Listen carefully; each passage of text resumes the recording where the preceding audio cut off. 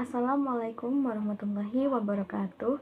Hi everyone, my name is Cecilia Putri and today we're going only to adventure to learn about narrative text. Okay, definition of narrative text. Pengertian teks narasi. What is narrative text? Apa sih teks narasi itu? Narrative text is the type of text that tells a chronological story in the past tense. Nah, teks narasi adalah suatu cerita yang dibuat runut dalam kalimat lampau.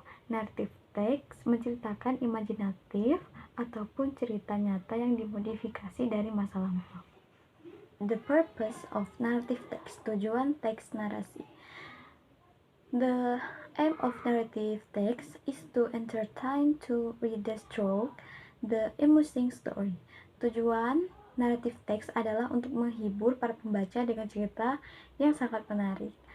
Types of narrative text, jenis-jenis teks narasi. Nah, narrative text ini terdiri dari beberapa macam, di antaranya ada cerita hayalan, fairy tales, mysteries, cerita seram, horror stories, romansa atau romance. Generic structure of narrative text. Struktur teks narasi. Ada 4 struktur teks narasi, yaitu orientation.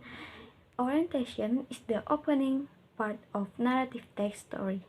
This part introduces the character in the story, characters, and the setting of the story, which includes the setting of place, time, atmosphere, and social condition setting.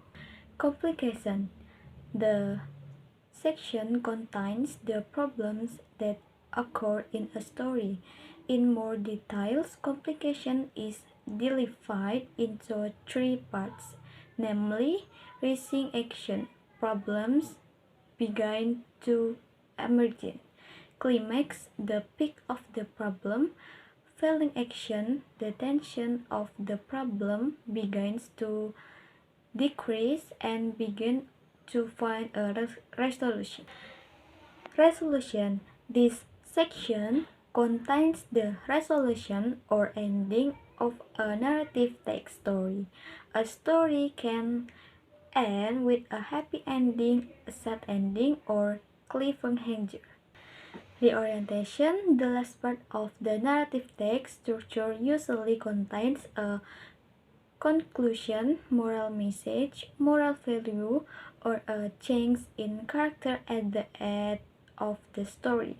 This reorientation is optional because it does not always have to be present in a narrative text. Okay guys, that concludes my presentation.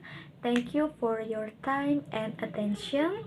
I hope the insight shared today will inspire positive things. Okay, bye-bye.